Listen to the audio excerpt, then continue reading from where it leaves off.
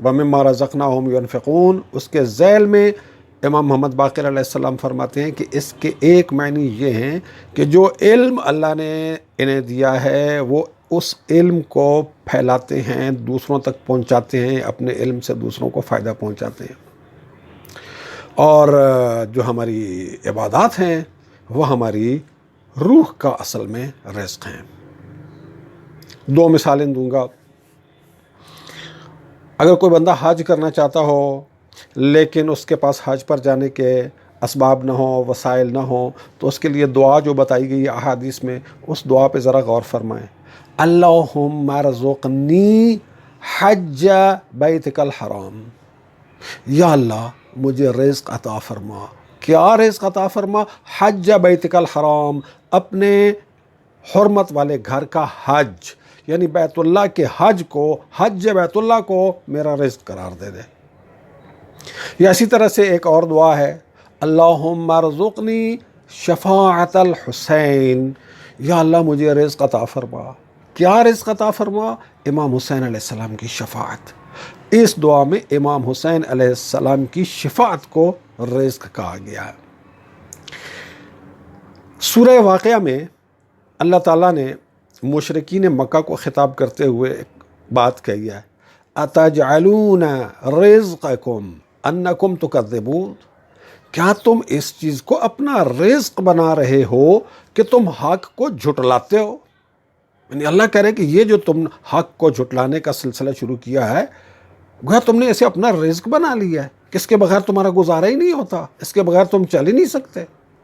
تو یہ روحانی رزق ہے۔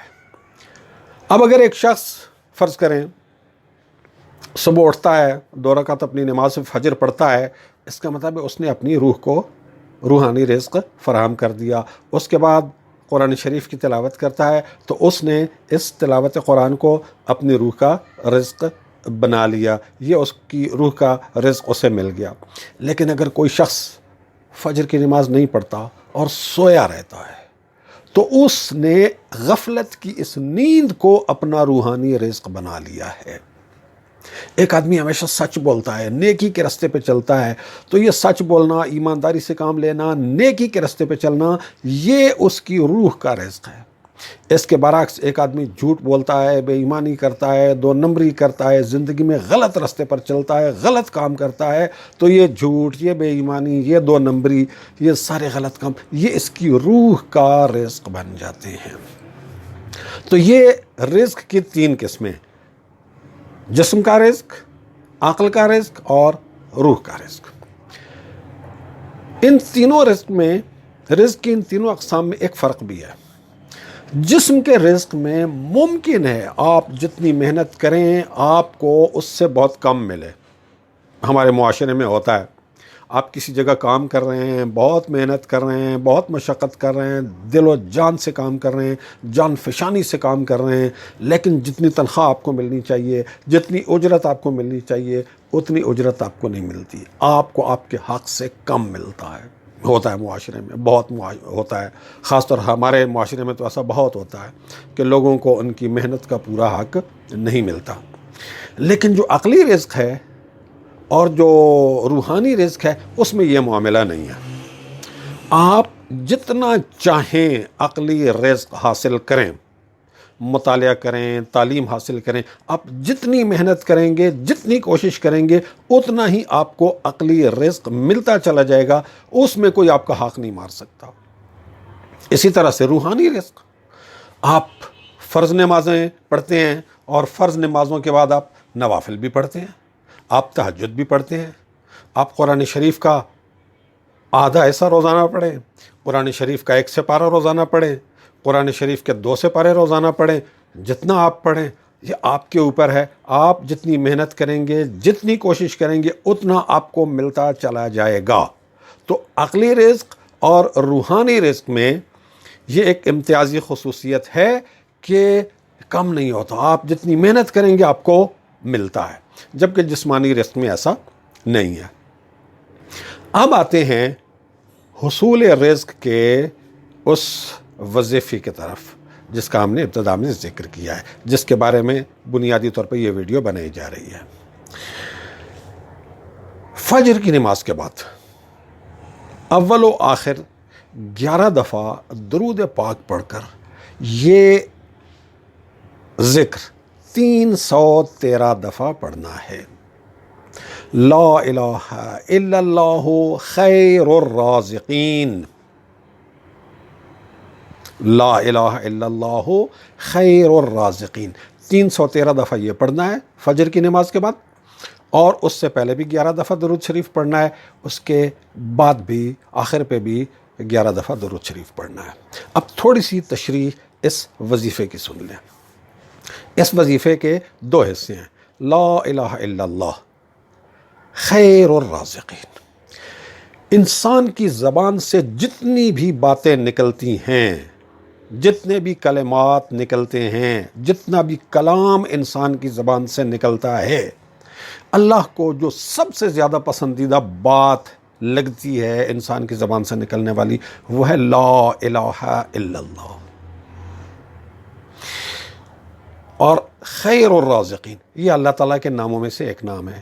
اللہ تعالیٰ کا ایک نام رزق کے حوالے سے رازق ہے، ایک اس کا نام رزاق ہے، اور ایک اس کا نام خیر الرازقین ہے، بہترین رزق دینے والا۔ قرآن مجید میں اللہ تعالیٰ نے 5 مقامات پر اپنے اس اسم کا ذکر کیا ہے، خیر الرازقین۔ تو آپ 313 بار لا الہ الا اللہ خیر الرازقین کہتے ہیں، تو آپ سب سے پہلے تو 313 مرتبہ اپنی زبان سے وہ جملہ ادا کرتے ہیں جو اللہ کو سب سے زیادہ پسند ہے، جو اللہ کو سب سے زیادہ پیارا ہے، اور اس کے بعد خیر الرازقین کہہ کر 313 مرتبہ آپ اللہ سے رزق کی درخواست کرتے ہیں۔ تو کیسے ممکن ہے کہ 313 مرتبہ آپ اللہ تعالیٰ کی پسندیدہ بات اپنی زبان سے نکالیں، اللہ تعالیٰ اسے سنے، اللہ تعالیٰ اس کو پسند کرے، اور پھر آپ اللہ تعالیٰ سے ایک دعا مانگیں تو آپ کی وہ دعا رد ہو جائے؟ پاسبل نہیں ہے۔ اور پھر اول و آخر پہ 11 دفعہ درود شریف بھی ہو۔ یہاں ایک چیز اور بھی پیش نظر رکھنا ضروری ہے کہ جب آپ یہ وظیفہ پڑھتے ہیں، یہ اپنے 40 دن تو لگاتار کرنا ہے، 40 دن لگاتار کرنا ہے، اور فجر کی نماز کے بعد یہ اس کا بہترین وقت ہے، بہترین وقت فجر کی نماز کے بعد ہے۔ یہ نہ ہو سکے تو کسی اور وقت پہ بھی کیا جا سکتا ہے، لیکن بہترین وقت اس کا فجر کی نماز کے بعد کا ہے۔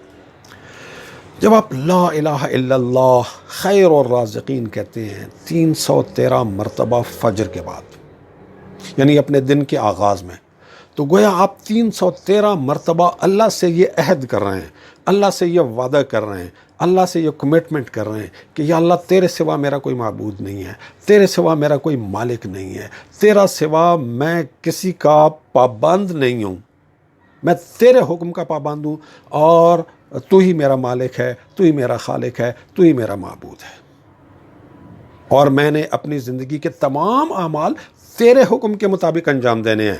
لا الہ الا اللہ، میرا کوئی خدا نہیں ہے، میرا کوئی معبود نہیں ہے، میرا کوئی حقیقی حاکم نہیں ہے، صرف تو ہی ہے، میں نے تیرا حکم ماننا ہے اور تیری بندگی کرنی ہے۔